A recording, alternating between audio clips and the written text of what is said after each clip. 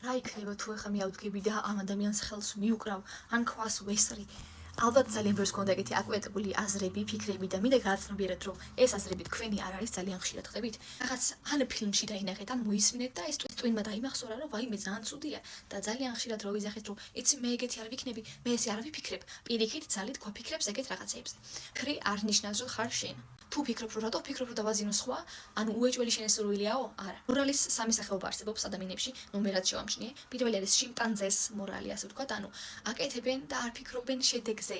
მაგიტო იპარავენ, მაგიტო არის ძალიან ბევრი კამათი, ჩხუბი, ქორდობები. მეორე არის რაციონალური მორალი. როცა ხდებიან, რომ ანუ არ აკეთებენ, იმიტომ რომ აქვთ ესეთი ჩარჩო ტვინში, ესა ცუდი, ესა კარგი. ანუ არ აკეთებენ, იმიტომ რომ იციან, რომ ცუდია.